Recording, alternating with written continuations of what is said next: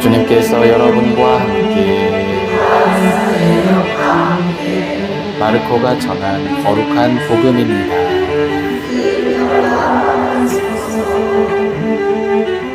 그때 사도들이 예수님께 모여와 자기들이 한 일과 가르친 것을 다 보고하였다. 그러자 예수님께서 그들에게 너희는 따로 외딴 곳으로 가서 좀 쉬어라 하고 말씀하셨다.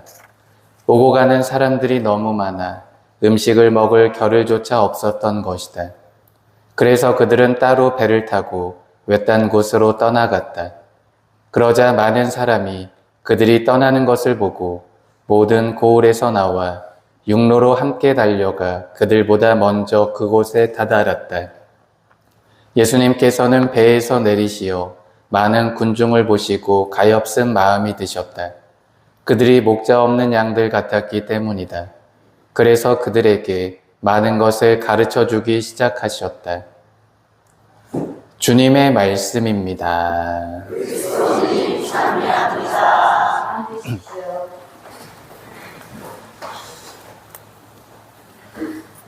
참 예수님,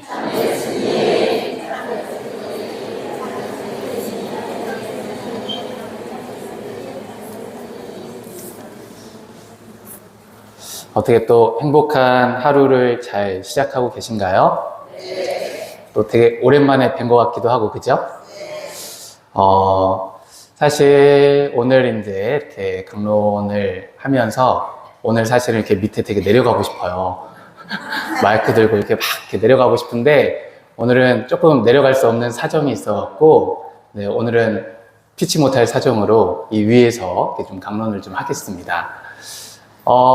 사실 어렸을 때를 이렇게 생각을 하면 저 같은 경우에는 두 가지 특징이 있었던 학생이었던 것 같은데 첫 번째는 공부를 지질하게 못했던 학생 중에 한 명이었고 또 하나는 너무나도 잠을 많이 잤던 학생이었어요. 그래서 학교에 가면 수업을 들은 기억이 거의 없습니다. 거의 잠자느라 진짜 수업을 들은 기억이 없어요. 근데 그럴 수밖에 없는 이유가 있었어요. 굉장히 슬프고도 또 슬픈 이유예요. 뭐냐면 제가 라디오를 너무 좋아했어요. 라디오 듣는 걸 너무 좋아하다 보니까 이제 학교 끝나고 집에 가면 한 밤 10시 반쯤 됐거든요. 고등학생 때. 라디오에 빠져갖고 집에 가면 제일 먼저 하는 게 라디오를 트는 거예요. 라디오를 켜면 막 방송이 나와요. 그래서 10시부터 12시까지 하는 프로그램이 있습니다. 그래서 그거를 다 들어요. 그러고 이제 자야 되는데 12시부터 2시까지 하는 프로그램을 또 들어요. 자야 되는데 2시부터 4시까지 하는 프로그램을 또 들어요. 이제는 자야 되는데 4시부터 5시까지 하는 프로그램을 또 들어요. 그럼 5시에는 뭐가 나오는지 아세요? 애국가가 나와요. 그럼 이제 애국가를 들으면서 아, 이제는 잘 시간이구나 하면서 잠을 잡니다. 그러면 1시간 정도 딱 자면 한 6시쯤 되면 어머니가 이놈의 새끼 또 라디오 듣느라고 밤샜지. 그래도 학교는 가야지 하고 막 깨우세요. 그러면 6시에 일어나고 대충 씻고 교복 입고 대충 이제 책가방 챙겨갖고 학교로 가는 거예요. 가면 얼마나 졸리겠어요. 너무 슬프잖아요. 그러니까 이제 그때부터 자기 시작하는 거죠. 한참 잘 잤다 생각하면 친구들이 이제 야 이제 일어날 시간이야 하고 막 깨웁니다. 그때는 점심시간이죠. 그래서 항상 그때까지는 맨날 잤어요. 그래서 선생님들도 깨우다 얘가 도저히 못 일어나고 있으니까 오전에는 깨우지 마라. 그리고 오전에는 항상 저는 잠을 푹 잘 수 있는 그런 학생이었습니다. 그래서 오전에 이렇게 수업을 들은 기억이 거의 없어요. 그렇게 고등학교 3년을 라디오를 끼면서 이렇게 살았었거든요. 그래서 제가 라디오를 너무너무 이렇게 좋아했었는데 라디오를 좋아하는 이유는 우리가 TV를 보면 눈으로 화면을 보다 보니까 사실은 생각할 겨를이 없습니다. 근데 이 라디오는 귀로 듣다 보니까 그걸 자꾸만 상상하게 되고 생각하게 돼요. 그래서 그런 것들이 너무 재밌어서 이 라디오를 그때 너무 좋아해서 제 별명이 라디오 광, 가광 이런 말로 우리 친구들이 막 이야기를 해준 때도 있었습니다. 그래서 요즘 들어서 예전에 학생 때 들었던 그 프로그램들을 혹시라도 또 이렇게 들을 수 있을까 이렇게 생각을 했는데 요즘 시대가 너무 좋아져가지고 다시 들을 수가 있더라고요. 그래갖고 오늘 제가 제일 좋아했던 프로그램 하나를 녹음을 해왔어요. 여러분들한테 들려드리고 싶어가지고. 예, 그래서 그냥 어디 이렇게 캠핑 같은 데 와서 이렇게 시원한 에어컨 있는 많은 사람들이 있는 곳에서 누가 이렇게 라디오 DJ가 그냥 선선하고 슴슴하게 이야기해준다, 힐링하는 시간이다 생각하고 한번 이렇게 들어보셨으면 좋을 것 같아요. 근데 이 프로그램이 뭐냐면 그 남자, 그 여자예요. 저하고 조금 안 어울릴 수도 있지만 이게 어떤 프로그램이냐면 똑같은 상황인데 남자가 바라보는 시각하고 여자가 바라보는 시각하고 너무나도 다르다는 걸 보여주는 프로그램입니다. 예를 들면 이런 거예요. 어떤 남편이 냉장고 문을 열으려고 이렇게 탁 하는데 갑자기 이제 와이프가 와갖고 하는 얘기가 그 냉장고 문 자꾸 열었다 닫았다 하면 전기비 아까우니까 뭘 꺼낼지 생각부터 하고 열어! 이렇게 얘기를 하고 갔답니다. 그때 남편이 뭐라고 했는지 아세요? 냉장고에 뭐가 들었는지를 알아야 생각을 하지. 뭐가 있는지를 알아야 생각을 하지. 그러니까 나는 열 수밖에 없는 거예요. 근데 이 아내분 입장에서는 제발 전기비 좀 아끼라고 좀 열지 좀 마. 그러니까 서로 똑같은 상황인데도 서로 바라보는 시각이 다르고 상황이 다르다는 거죠. 그래서 우리 교우분들 재미삼아 이렇게 한번 들어보셨으면 좋겠어요. 그리고 혹시라도 너무 재밌었어요 라고 하면 다음에 올 때도 한번 또 가지고 와볼게요. 그래서 한번 여러분들이 이렇게 눈을 살짝 감으시고 어떤 내용인가 한번 잘 들어보셨으면 좋겠습니다. 그냥 차 타고 가시면서 라디오 틀고 편안하게 이렇게 휴식한다 생각하시고 한번 들어보세요.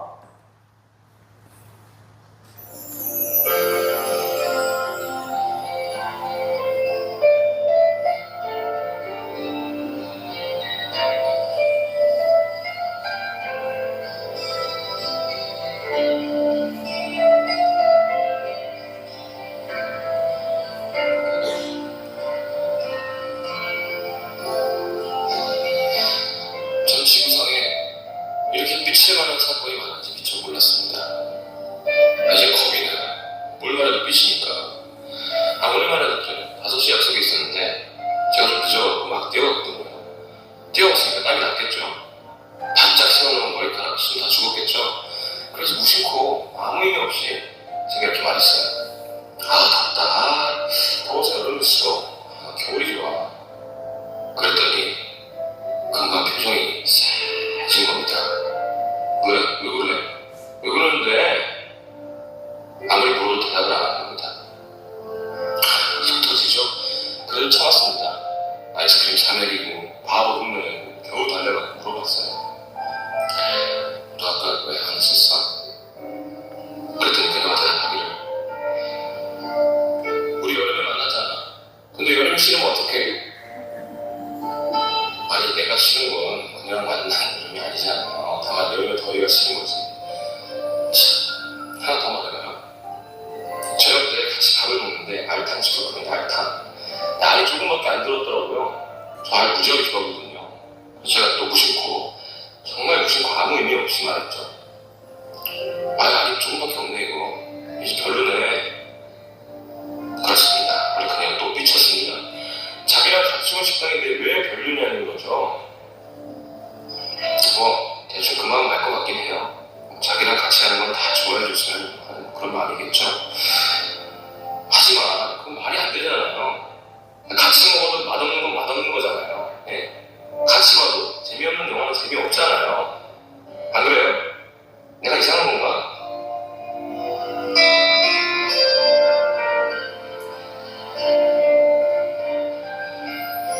세상에서 제일 외로울 때, 같이 있는데 눈만 같이 있을 때, 손잡고 있는데 손만 잡고 있을 때, 요즘 그 사람과 함께 있으면 자꾸 그런 기분이 들어요. 나는 내가 사랑하는 그 사람을 있는데 그 사람은 내가 아니라 그냥 아는 누구를 만나는 것 같은. 처음엔 저를 한편으로 그렇게 조심스럽던 사람이었는데 내가 좋아하는 거라면 뭐든 다 같이 좋아해주는 사람이었는데 이젠 내가 옆에 있든 말든 그런 건 상관도 없어 보여요. 그냥 나는 옆에 있는 사람, 그 사람 인생에 아무런 영향을 끼치지 못하는 그냥 옆에 있는 사람. 나랑 같이 있으면서도 심심하다고 하품하고 나와 같이 본 영화도 재미없다고 짜증내고 나는 같이만 있어도 즐거운데 이렇게 점점 배려와 조심스러움이 사라지면 그 다음엔 무관심만 남는 게 아닐까. 변한 것 같다는 말 성분이 꺼내서는 안 되겠지만 서운한 표정을 숨기기도 힘들어요. 피곤하게 만들고 싶지는 않은데 왜 나는 그 사람을 점점 더 좋아하게 되는지 자꾸 서운해요. 뭐 이런 내용이에요. 재밌지 않으세요? 이거를 이렇게 들려드린 이유가 뭐냐면 사실은 사랑에는 정답이 없습니다. 그죠?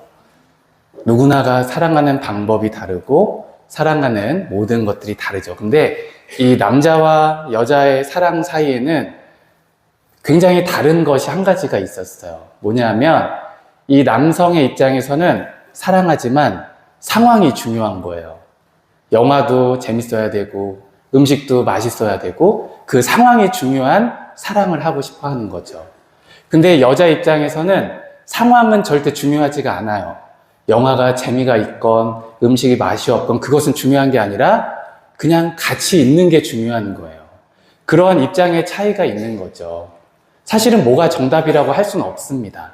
그런데 이것을 신앙으로 대입을 해보면 하느님과 나와의 사랑 속에서 우리는 어떤 사랑을 하고 있을까 생각을 하면 남자의 입장에서의 사랑을 사실은 더 많이 하고 있죠.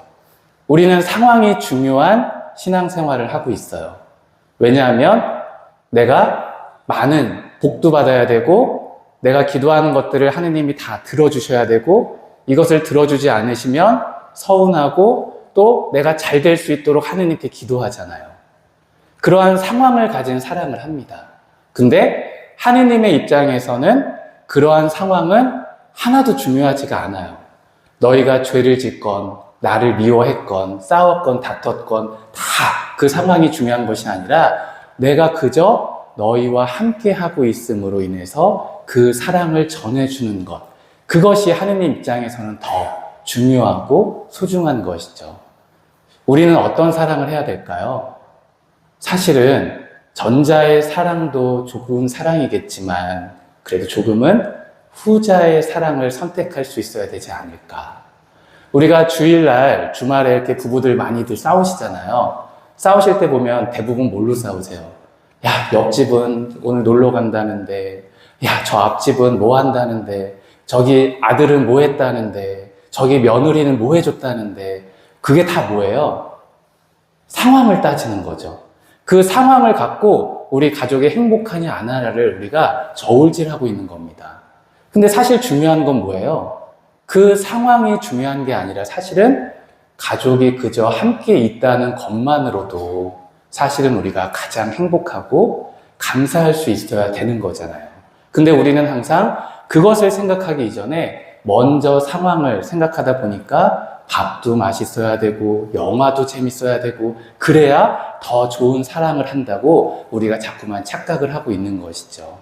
오늘 사실 복음을 봐도 예수님께서는 많은 이들에게 가엾은 마음이 드셨다고 하셨어요. 근데 그때의 상황을 보면 그들이 예수님께 뭐 해준 게 있을까요? 그들이 왜 예수님께 막 달려왔을까요? 빵 하나 얻어먹고 물고기 하나 얻어먹고 배부르고 그죠? 기적을 통해서 내 자신을 치유해주고 사람들은 그 상황이 중요했기 때문에 자꾸만 예수님을 찾아갔던 것이죠.